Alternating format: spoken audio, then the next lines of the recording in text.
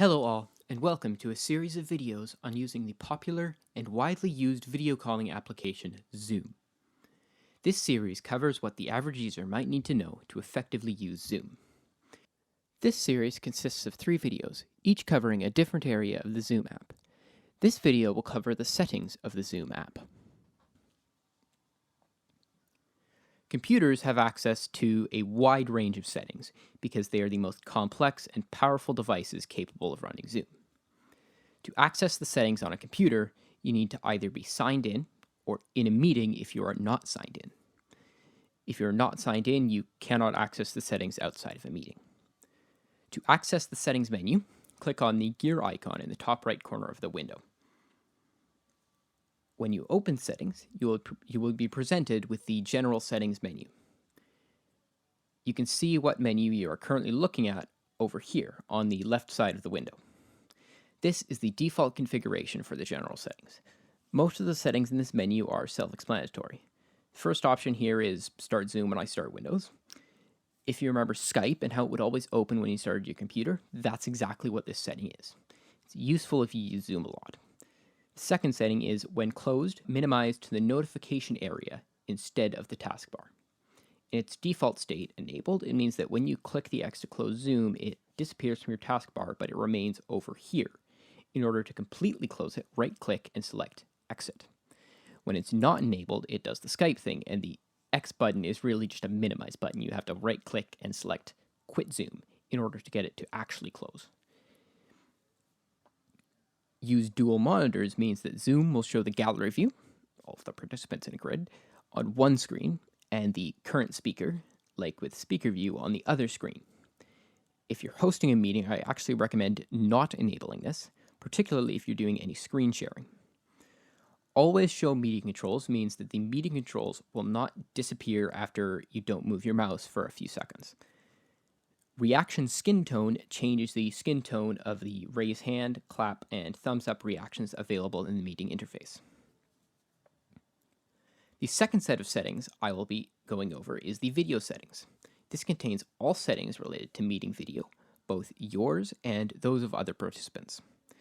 The first option is the camera to use. Most people will only have a single option available to them. Beneath that are the original ratio and HD toggles. Zoom displays video in meetings with a 16:9 aspect ratio. Most webcams actually capture video in a 4:3 aspect ratio.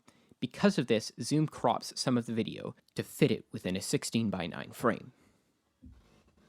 By selecting original ratio, you are telling Zoom not to crop the video and instead to render black bars along the side of the frame.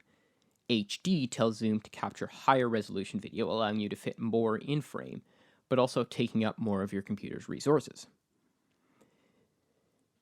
Mirror My Video allows you to flip the video being displayed. If you are showing text on your camera, you cannot use this setting as the text will appear backwards. Touch Up My Appearance really just softens the video, making you look a bit better. Adjust for Low Light allows you to adjust the camera's exposure, taking in more or less light depending on the conditions of the room you are in. Turn Off My Video when joining a meeting means that the video will not automatically be enabled when you join a meeting. Everything else in the video menu is self-explanatory. The third set of settings I will be covering is the audio settings. This contains all settings related to meeting audio. The first 2 settings in this menu are the speaker and microphone settings. You can select the speaker and microphone, adjust the volume, and test them right here.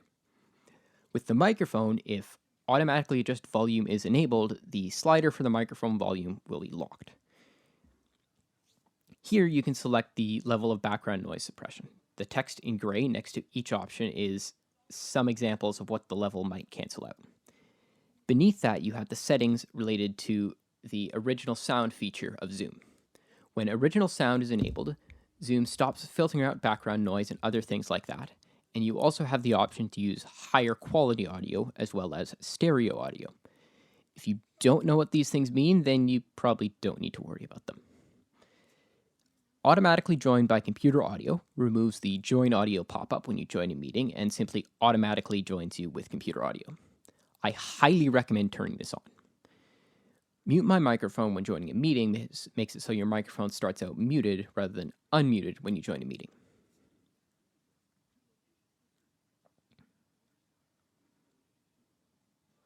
Mobile devices have a different set of settings from computers. Like with computers, you have to be logged in or in a meeting to access the settings. On tablets and iPads, the settings menu is in the bottom left corner of the screen, and on phones, it's in the top right. The first group of settings is labeled Meetings. As the label suggests, the settings in here are related to meetings. The first option is Auto Connect to Audio. When enabled, this gets rid of the prompt to connect to audio and simply does so automatically whenever you join a meeting. I highly recommend enabling this. Always mute my microphone and always turn off my video make it so that your microphone and camera respectively will be off when you join a meeting. Cameras typically start off, but microphones usually start unmuted. Mirror My Video flips your video horizontally as if you were looking in a mirror. If you are showing text, this setting needs to be off, otherwise the text will be backwards. Set Gallery View as default means that you will start in Gallery View instead of Speaker View when you join a meeting. Show non-video participants means that when enabled, anyone with their video off will still be visible in Gallery View, and their profile picture will be shown in place of the video. The default setting for this is enabled. Show name when participants join means that you will be shown a small notification whenever someone joins the meeting, and it will contain their name. Very useful for hosts. Always show meeting controls means that the meeting controls will not disappear after not using them for a few seconds, and you also cannot tap on the screen to hide them. Closed captioning means that when available, closed captions will be shown for videos. Use original sound disables noise suppression. Show My Connected Time displays a little timer in meetings showing how long you have been in the meeting for. Aspect ratio allows you to choose whether you want Zoom to crop and scale your video to fit in the box, or just use the original size and ratio. Reaction skin tone allows you to set the skin tone on reactions. The third group of settings is labeled Chat. Despite what you may think, the settings in here are not related to the in-meeting chat. They relate to chat outside of meetings, through private messages in Zoom Rooms. I have no way to test Zoom Rooms, unfortunately. From what I can see, all of the settings are fairly self-explanatory, though. They all relate either to unread messages and how to display them, or notifications. The final group of settings is labeled General. It contains one setting: what ringtone to use when you receive a direct call from someone else. That's it. That's all for this episode. This is the final episode of the series. If you have any more questions, Zoom's official COVID-19 resources are fairly comprehensive. I will put a link to them in the video description.